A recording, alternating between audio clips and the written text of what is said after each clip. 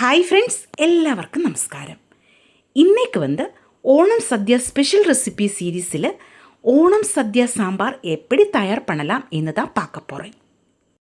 கேரளாவில் சாம்பார் செய்யும்போது அதிகமாக வெஜிடபிள்ஸ் சேர்த்து தான் தயார் பண்ணுவாங்க. வித்தியாசமான வெஜிடபிள்ஸ் எல்லாமே சேர்த்து தான் இந்த சாம்பார் தயார் பண்ணுவாங்க. ஆனால் நான் தமிழ்நாட்டில் பார்த்துருக்கிறத முருங்கைக்காய் சாம்பார், வெண்டைக்காய் சாம்பார், இதே மாதிரி ஒன்றோ ரெண்டோ வெஜிடபிள்ஸ் மற்றும் சேர்த்து தான் தயார் பண்ணுவாங்க. எல்லா சாம்பாருமே நல்ல டேஸ்ட்டாக இருக்கும். முன்னாடி நம்ம சேனலில் நிறைய சாம்பாருடைய ரெசிபீஸ் எல்லாம் நான் அப்லோட் பண்ணியிருக்கேன், வித்தியாசமான சாம்பாருடைய எல்லாம். ஆனால் இன்றைக்கி சத்யா சாம்பார் தான் நம்ம தயார் பண்ண போகிறது. அதுக்காக ஒரு அரை கப் துவரப்பருப்பு, சாம்பார் பருப்பு நான் எடுத்து வச்சுருக்கிறேன். இது நல்லா வாஷ் பண்ணி எடுக்கலாம். அதுக்கப்புறமா ஒரு குக்கர்லேக்கு போட்டு வேக வச்சு எடுக்கலாம். துவரப்பருப்பு நல்லா வாஷ் பண்ணியதுக்கப்புறமா குக்கர்லேக்கு நான் எடுத்துருக்கிறேன். அதிலேக்கு அரை டீஸ்பூன் மஞ்சள் தூள் சேர்க்கலாம். பின்னாடி கொஞ்சமாக உப்பும் சேர்க்கலாம். தேவையான தண்ணி ஊற்றி இதை 2 விசில் வருന്ന வரைக்கும் வேக வச்சு எடுக்கலாம். சாம்பார் வித்தியாசமான விதத்தில் எல்லாம் தயார் பண்ணலாம். ஈஸியாய் சீக்கிரமாக ஒரு சாம்பார் தயார் பண்ணுற மாதிரி இருந்திருந்தால் இந்த பருப்பினோட கூட நம்ம எடுத்து வச்ச வெஜிடபிள்ஸ் எல்லாமே சேர்த்து வேக வச்சு எடுக்கலாம். இப்போ நம்ம அந்த மெத்தடில் செய்யலை, இப்படி தான் செய்ய போகிறேன்.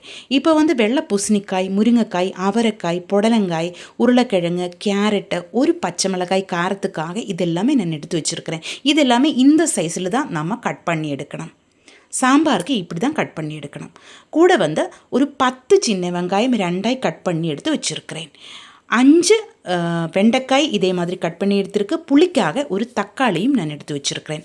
வெண்டைக்காயும் தக்காளியும் இப்போது நம்ம சேர்க்கறதில்ல, அது கடைசியில் தான் சேர்த்துடுவாங்க. அது சீக்கிரம் வெந்து வருന്ന வெஜிடபிள்ஸ் தான், அதனால் அது கடைசியில் தான் வேக வச்சு எடுத்துடுவாங்க. இப்போ நம்ம பருப்பு நல்ல கரெக்டு பாகத்தில் வெந்து வந்துருச்சு. இனி நம்ம சின்ன வெங்காயம் இதிலேக்கு சேர்க்கலாம்.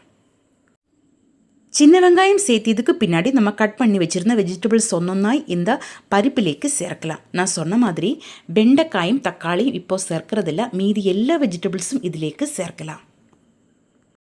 சாம்பாரை வித்தியாசமான விதத்தில் எல்லாம் செய்யலாம். வெஜிடபிள்ஸ் எல்லாம் எண்ணெயில் நல்லா வணக்கி எடுத்ததுக்கு அப்புறமா கூட பருப்பில் போட்டு வேக வச்சு எடுக்கலாம். அந்த மாதிரி எல்லாம் தயார் பண்ணி எடுக்கலாம். மலபார் சைடிலக்க தேங்காய் வறுத்து அரைச்சி தான் சாம்பார் செய்வாங்க. ஆனால் இந்த சாம்பாருக்கு இன்னொரு டேஸ்ட்டு. ஒரு சாம்பாருக்கும் அதனோட நம்ம எப்படி எந்த மெத்தடில் செய்தோ அந்த மாதிரி தான் அதனுக்கு டேஸ்ட்டு கிடைக்கும். எல்லாமே நல்லாயிருக்கும். இப்போ நான் இந்த மாதிரி தான் தயார் பண்ணுறது. நம்ம பச்சை மிளகாயும் இதிலேக்கு கட் பண்ணி சேர்க்கலாம். ஆனால் அது 2ஆயிட்டு நான் செப்ரேட் பண்ணலை, ஒன்று லைட்டாக ஒன்று கட் பண்ணி எடுத்துருக்கு, ஃபுல்லாக நான் கட் பண்ணலை. இப்போ நம்ம எடுத்த குக்கர் கொஞ்சம் சின்னதாக இருந்தது, அதனால் இன்னும் கொஞ்சம் பெரிய ஒரு குக்கர்லேக்கு நான் இது மாற்றியிருக்கு. அதுக்கப்புறமா நமக்கு இதிலேக்கு தண்ணி ஊற்றலாம். டோட்டலாக 3 கப்பு தண்ணி நான் இதிலேக்கு சேர்த்தியிருக்கு. நம்ம பருப்புக்கு சேர்த்து தயார் பண்ணுறதுனால கொஞ்சம் திக்காயிட்டு தான் கடைசியில் இருக்கும். ஆறும்போது நம்ம சாம்பார் நல்லா திக்காயிட்டு இருக்கும். அதனால் 3 கப்பு தண்ணி நான் இதிலேக்கு ஊற்றியிருக்கு. உங்களுக்கு 2.5 கப்பு வரைக்கும் சேர்க்கலாம். எனக்கு கொஞ்சம் லூஸ் ஆகிட்டு தான் சாம்பார் இருக்கணும், இதனோட கிரேவி, அதுக்காக தான். இப்போ 1 டீஸ்பூன் பெருங்காயம் தான் நான் இதிலேக்கு சேர்த்திருக்கு. உங்கள் கையில் பெருங்காயத்தூளாக இருந்தாலும் 1 டீஸ்பூன் சேர்த்திக்கோங்க. தேவையான உப்பு நான் இதிலேக்கும் சேர்த்திருக்கு. நம்ம ஆல்ரெடி பருப்பு உப்பு போட்டு தான் வேக வச்செடுத்துருக்கு, ஆனால் அது பத்தாது.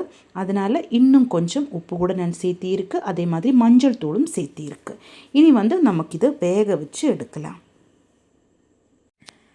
புளிக்காக நான் ஒரு தக்காளி மட்டும்தான் இதிலேக்கு சேர்க்கிறது. நீங்கள் உங்களுக்கு அதிகமாக புளி தேவை இருந்தால் கொஞ்சம் தேவையான அளவில் புளித்தண்ணி இதிலேக்கு சேர்த்து தான் வேக வச்சு எடுக்கணும். இப்போ நான் அதிலேக்கு புளித்தண்ணி ஊற்றுறதில்ல, தக்காளி மட்டும்தான் சேர்க்க போகிறேன். அதனால் அப்படியே வேக வச்சு எடுத்துருக்கிறேன். இன்னொரு கடாயை நான் அடுப்பில் வச்சு சூடு பண்ணி அதிலேக்கு 1 டேபிள் ஸ்பூன் தேங்காய் எண்ணெய் ஊற்றியிருக்கு. நம்ம கட் பண்ணி வச்சுருந்தா வெண்டைக்காய் இதிலேக்கு சேர்த்து நல்லா ஃப்ரை ஆக்கி எடுக்கலாம். வெண்டைக்காய் அப்படியே நம்ம வெஜிடபிள்ஸிൻ്റെ கூட சேர்த்து வேக வச்சு எடுத்துருந்தா நம்ம சாம்பார் ரொம்ப திக்காய் போயிடும், அது நல்லா இருக்காது.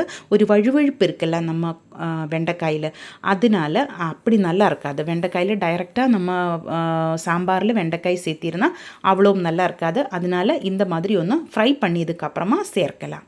இப்போ இது நல்லா ஃப்ரை ஆயதுக்கு பின்னாடி நம்ம எடுத்து வச்ச தக்காளி பொடியாய் நறுக்கியது சேர்த்து அதுவும் நமக்கு நல்லா வணக்கி எடுக்கலாம். தக்காளி நம்ம எண்ணெயில் நல்லா வெந்து வரும், அது வரைக்கும் நமக்கு நல்லா வணக்கி எடுக்கலாம். சாம்பாரில் அதிகமாக புளி இருந்தால் நல்லா இருக்காது. ஆனால் இந்த ஒரே ஒரு தக்காளி போதும் நம்ம இந்த சாம்பாருக்கு கரெக்டு புளியாக இருக்கும். கேரளா சாம்பாரில் அதிகமாக புளி இருக்காது. இந்த மாதிரி தான் நம்ம தயார் பண்ணுவாங்க. இல்லைச்சா நம்ம புளி சேர்க்கும்போது கொஞ்சமாக தான் சேர்த்துடுவாங்க. இப்போ வந்து நான் ஒரு தக்காளி சேர்த்தி அதுவும் நல்லா வணக்கி எடுத்திருக்கு. நம்ம வெஜிடபிள்ஸ் எல்லாம் நல்லா கரெக்டு பாகத்தில் வெந்து வந்துடுச்சு பாருங்கள். நம்ம முருங்கைக்காய் ஒன்றும் உடைஞ்சு போகாமல் கரெக்டாக ஒன்று கலரி விட்டு எடுத்துக்கோங்க. 2 விசிலில் கரெக்டாக தான் இருக்கும். ஆனால் அதிகமாக விசில் வச்சுருந்தா நம்ம முருங்கைக்காய் எல்லாம் வெந்து உடைஞ்சு 2ஆகி செப்பரேட் ஆகி போயிடும். அந்த மாதிரி இருந்தாலும் சாம்பாரும் நல்லா இருக்காது. ஓரோ வெஜிடபிள்ஸும் தனியாக நமக்கு எடுக்கிற மாதிரி கிடைக்கணும். இப்போ வந்து நம்ம வணக்கி எடுத்தால் வெண்டைக்காயிலும் தக்காளியிலேக்கும் 1 டீஸ்பூன் வரமிளகாய் தூள், 1 டீஸ்பூன் கொத்தமல்லி தூள், 1/2 டீஸ்பூன் வெந்தயம் தூள், இவ்வளோ தான் நான் சேர்த்திருக்கு. நல்லா வணக்கி எடுக்கலாம். இதோட பச்சை வாசம் எல்லாம் போகணும். சாதாரணமாக சாம்பார் தூள் சேர்த்தி தான் சாம்பார் எல்லாருமே தயார் பண்ணுவாங்க. நான் வந்து மேக்ஸிமம் சாம்பார் தூள் கடையில் வாங்குகிற எந்த தூளுமே யூஸ் பண்ணுறதில்ல. நான் தனியாக இந்த மாதிரி தான் செய்வாங்க.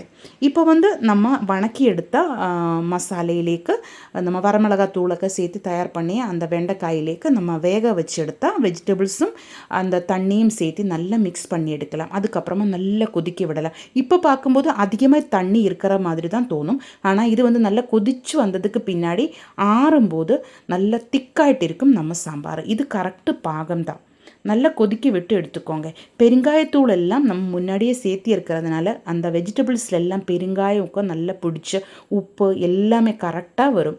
இந்த மாதிரி செஞ்சிருந்தால் நல்ல ஒரு டேஸ்ட்டாக இருக்கும். நீங்கள் கண்டிப்பாக ஒரு தடவை ட்ரை பண்ணி பாருங்கள். நல்லா கொதிச்சு வந்து நம்ம கிரேவியெல்லாம் நல்லா திக்காயிட்டு வரும்போது நமக்கு ஸ்டவ் ஆஃப் பண்ணலாம். அதுக்கப்புறமா நமக்கு இதிலேக்கு கடுகு தாளித்து சேர்க்கலாம். அதுக்காக 1 டேபிள் ஸ்பூன் எண்ணெய் ஒரு கடாயிலேக்கு நான் எடுத்திருக்கு. அது வந்து நல்லா சூடாகி வரட்டும். இந்த டைமில் 3 சின்ன வெங்காயம் இதே மாதிரி நைஸாக கட் பண்ணி இது போட்டு வந்து ஃப்ரை பண்ணி எடுத்துக்கோங்க. கலர் ஒன்று மாறி வரும்போது நமக்கு இதிலேக்கு கடுகு சேர்க்கலாம். வெங்காயம் வந்து தீஞ்சு போகக்கூடாது. இதே மாதிரி ஓரமாக வந்து வச்சுக்கோங்க. அது கரெக்டாகிட்டு ப்ரௌன் கலரில் நல்லா ஃப்ரை ஆகிட்டு வரும். இப்போ வந்து கடுகெல்லாம் நல்லா வெடிச்சு வந்துருச்சு. இந்த டைமில் நமக்கு இதிலேக்கு வரமிளகாய் சேர்க்கலாம். அதுக்கப்புறமா இதிலேக்கு கருவேப்பிலையும் சேர்க்கலாம். பாருங்கள், நம்ம வெங்காயம் எல்லாம் கரெக்டாக ஃப்ரை ஆகி வந்துடுச்சு. கருவேப்பிலையும் நான் இந்த டைமில் சேர்த்திருக்கேன். இனி வந்து நம்ம கடுகு தாளிச்சதை நம்ம சாம்பார்லேக்கு சேர்த்தி அப்படியே 1 நிமிஷம் வச்சதுக்கப்புறமா நல்லா கலர் விட்டு எடுத்துக்கோங்க. இப்போ ஆறி வந்துகிட்டே இருக்கும்போது நம்ம சாம்பார் நல்லா திக்காய் வந்துகிட்டே இருக்கும்.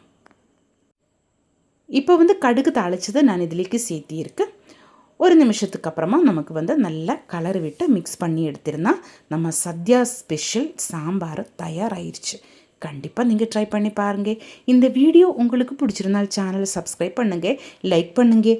கேரளா ரெசிபிஸ் பிடிக்கிற ஃப்ரெண்ட்ஸுக்கெல்லாம் ஷேர் பண்ணி கொடுங்க. உங்களுடைய ஃபீட்பேக் வந்து கண்டிப்பாக கமெண்ட்டில் எழுதி போடுங்க.